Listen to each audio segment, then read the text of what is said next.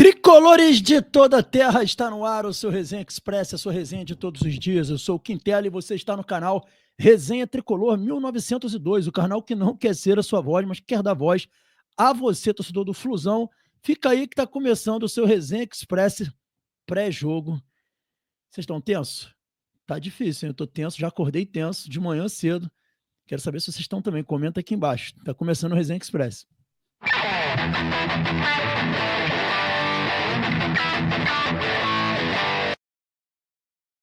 É isso aí, galera. Resenha Express voltando e agora, em definitivo, pedindo a vocês que não se esqueçam de se inscrever no canal, ativar o sininho das notificações, deixar o like. Fazendo isso, você diz para o YouTube que esse conteúdo aqui é de boa relevância e nos ajuda a crescer.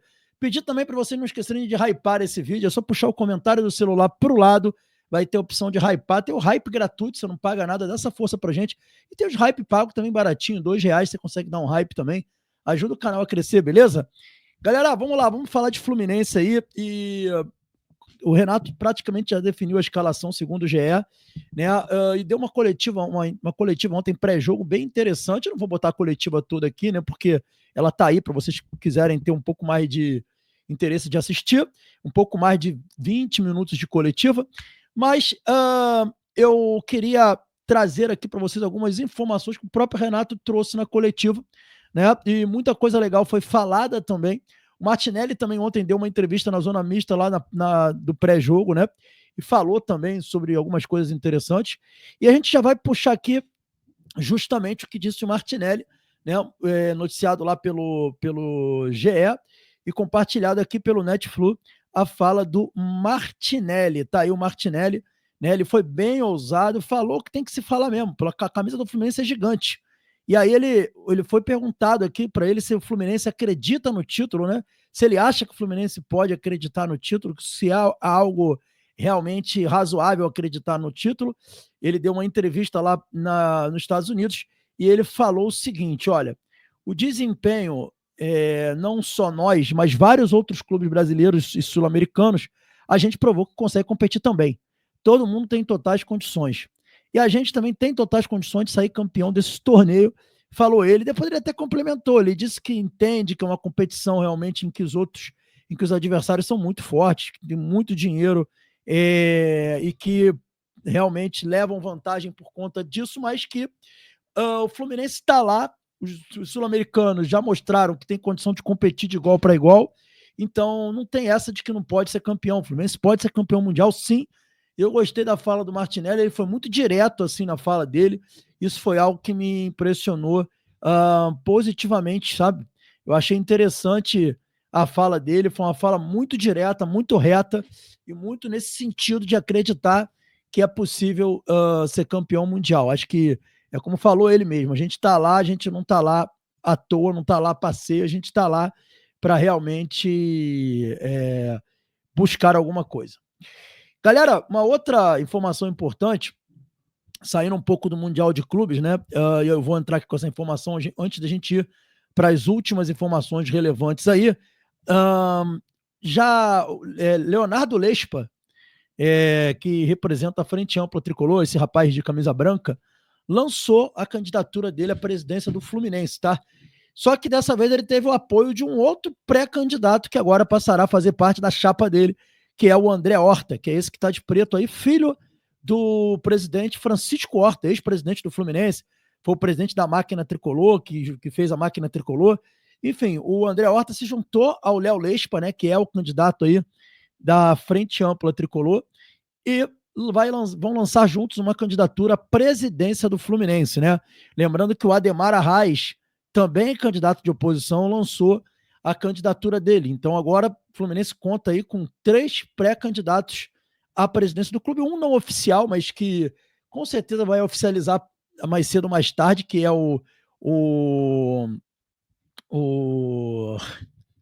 Montenegro, né? Esqueci o nome dele agora, deu até branco aqui, né? Que é o vice do Mário, né? O Matheus Montenegro, lembrei agora, Matheus Montenegro, que deve oficializar a candidatura dele. Aí, mais essas 2 candidaturas, Ademar Arraes e agora Léo Lespa, que representa aí a Frente Ampla Tricolor, com agora o André Horta, que lançaria a candidatura dele. Então agora já tem no Fluminense aí 2 candidatos oficiais, um candidato não oficial, mas que será candidato, Enfim, então são essas as candidaturas até agora do Fluminense. Tá bom, galera? E a gente vai, obviamente, no momento certo, trazer aqui os candidatos à presidência do Fluminense para falar de política de Fluminense. Dando sequência, galera, o Fluminense completa hoje 30 anos do gol de barriga, o Fla-Flu mais icônico da história, sem dúvida nenhuma, superou o Fla-Flu da Lagoa, o Fla-Flu de 1995. Tá aí, há 30 anos, o Fluminense venceu o Flamengo com gol de barriga do Renato Gaúcho. E aí vai falando aqui, 3 décadas depois de ser coroado o Rei do Rio, o técnico tem missão de comandar o Flu nesta quarta contra o Mamelodi, em jogo pela classificação da Copa do Mundo de Clubes. Vai falando um pouco do feito do Renato, do gol de barriga, essa imagem maravilhosa que vocês estão vendo aí, acabando com o centenário do Flamengo, né? O Fluminense destruiu o centenário do Flamengo. Isso gera muito ressentimento neles até hoje, né? E foi um gol histórico, tá aí de novo o lance do gol, olha lá, de barriga, ele empurrando a bola para dentro do gol, o Fluminense campeão carioca, fazendo 30 anos hoje, justamente num dia decisivo para o Fluminense, né? E mostra ali aquela música do Cadu, ele foi considerado o Rei do Rio, tá aí a imagem dele de Rei do Rio. O Renato sempre foi assim, né? O Renato sempre foi um bonachão, um zoador. Isso, de certa forma, até atrapalhou um pouco a carreira dele como técnico, porque criou a ideia, a ideologia por parte de alguns torcedores no futebol brasileiro de que ele não tinha capacidade para ser técnico porque ele era zoador, porque ele era bonachão, mas ele vem há muito tempo mostrando que é um grande treinador, conquistou títulos importantes aqui no futebol brasileiro e agora comanda o Fluminense nessa campanha no Campeonato Mundial de Clubes. Né? Eu vejo até tricolores atacando o Renato. Eu não consigo entender como alguém consegue atacar um cara que faz um gol antológico de barriga. Aí culpam ele pela final do Mundial do Mundial não, da Libertadores de 2008, como se ele tivesse sido o único culpado. Enfim, tá aí o Renato Gaúcho, o Rei do Rio, completando 30 anos do gol de barriga. E ele falou sobre isso, ele citou o gol de barriga, tá, galera? Aí, trazendo um pouco da entrevista dele, ele falou que toda decisão ele lembra para os seus jogadores da importância daquele grupo que fez o gol de barriga em 95. Ele já fez pré-eleções, inclusive chamando jogadores daquele grupo, né? Jogadores que fizeram parte daquele grupo campeão em 95, que foi um título épico, né? Que houve uma entrega muito grande de todos. Ele falou sobre isso na coletiva, falou que para a partida de hoje, ele falou também sobre isso, da importância da entrega total, né?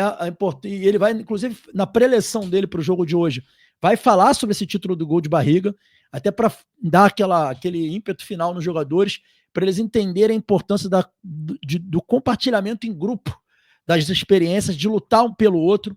E ele disse que esse título ele vai servir na pré-eleção hoje para impulsionar esse time do Fluminense para a partida decisiva. Então, achei muito legal ele ter citado o título de 95 e falado que vai citar isso na pré-eleição para o jogo contra o Mamelodi, um dos jogos mais importantes da história do Fluminense nos últimos tempos aí, sem dúvida nenhuma.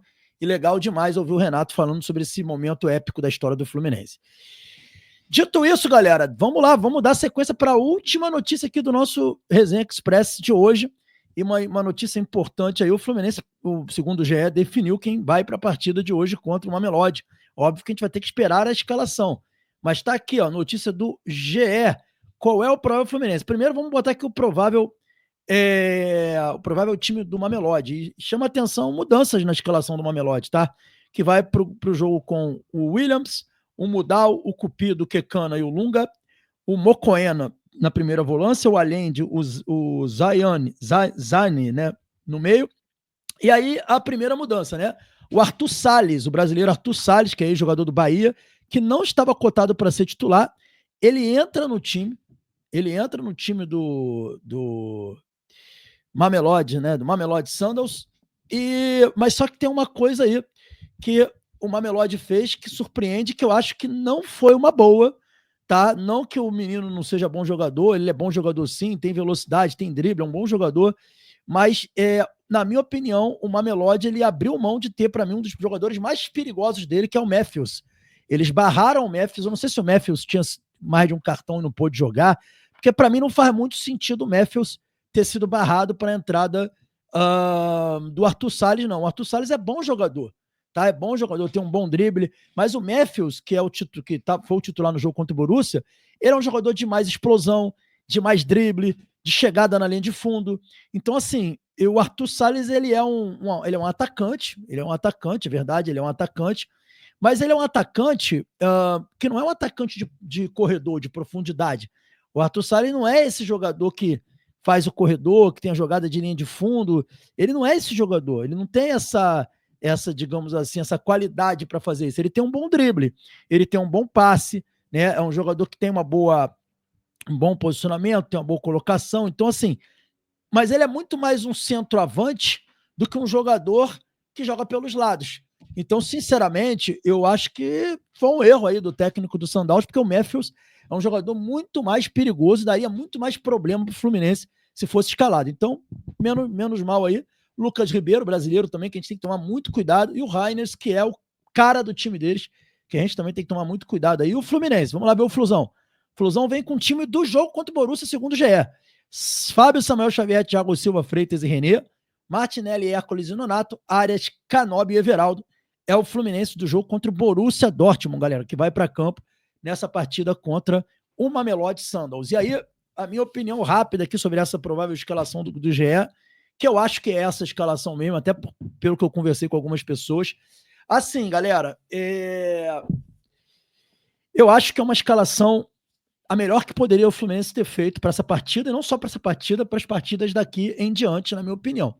A gente pode até discutir ali, o Cano, de repente, jogar no lugar do Everaldo. Podemos até discutir isso. Acho que o Cano, tecnicamente, ele é muito mais jogador que o Everaldo, ele tem muito mais qualidade técnica que o Everaldo, mas o Cano não exerce algumas funções que o Everaldo exerce, e que é importante para esse modelo de jogo. Mas, enfim, isso é outra discussão. É uma boa escalação, por quê? Se o Fluminense quisesse propor o jogo de uma forma muito ofensiva, ele correria muitos riscos pelo contra-ataque do Mamelodi, que do meio de campo para frente tem um time muito técnico. Povoando o meio de campo e guerreando, o Fluminense tem muito mais chance de dar poucas oportunidades para o Mamelodi e ter o contra-ataque, que é justamente o ponto fraco do Mamelodi. Então, o Fluminense acaba tendo um time que pode dar um pouco mais de segurança e estabilidade ao jogo do Fluminense, né? Porque o Mamelodi ele vai se mandar ao ataque, mas o Fluminense vai ter muitos jogadores povoados à frente da linha defensiva, protegendo o sistema defensivo dele e tendo o contra-ataque com o Arias, né, e com o Canóbio para tentar pegar os caras no 1 contra 1. Óbvio, o segundo tempo, se a gente conseguir, se o primeiro tempo terminar empatado 0-0, é para colocar o Keno no lugar do Canóbio e a gente ter aí o 1 contra 1, que o Canóbio, o Keno no 1 contra 1 com essa zaga fraca do Mamelodi, ele vai dentro do gol. Então eu acho que é uma escalação que traz um pouco mais de segurança e estabilidade para o time do Fluminense nessa partida de hoje. Eu gosto dessa escalação e acho que é a melhor para começar o jogo. Tá bom, galera? Dito isso, convidar vocês aqui para o nosso pós-jogo, né? Se Deus quiser, um pós-jogo de vitória. Hoje a gente vai estar aqui às 18 horas com o nosso pós-jogo. Fluminense e Mamelodi, o pós-jogo mais inclusivo das mídias independentes do Fluminense. Aqui você não precisa pagar superchat para poder ter sua voz ouvida e repercutida. Óbvio que a gente precisa do superchat, do PixChat. Essa live pós-jogo permite vocês mandarem mensagem de áudio, falar e enviar o áudio para a gente por meio de Pix. Você consegue também. Uma live muito dinâmica e com muita análise tática. Então a gente vai estar aqui às 18 horas falando, se Deus quiser, da classificação do nosso Fluminense. Aguardo vocês aqui hoje às 18 horas, beleza? Saudações tricolores, galera. Fiquem com Deus e até a próxima, até 18 horas. Valeu. Bom jogo pra gente.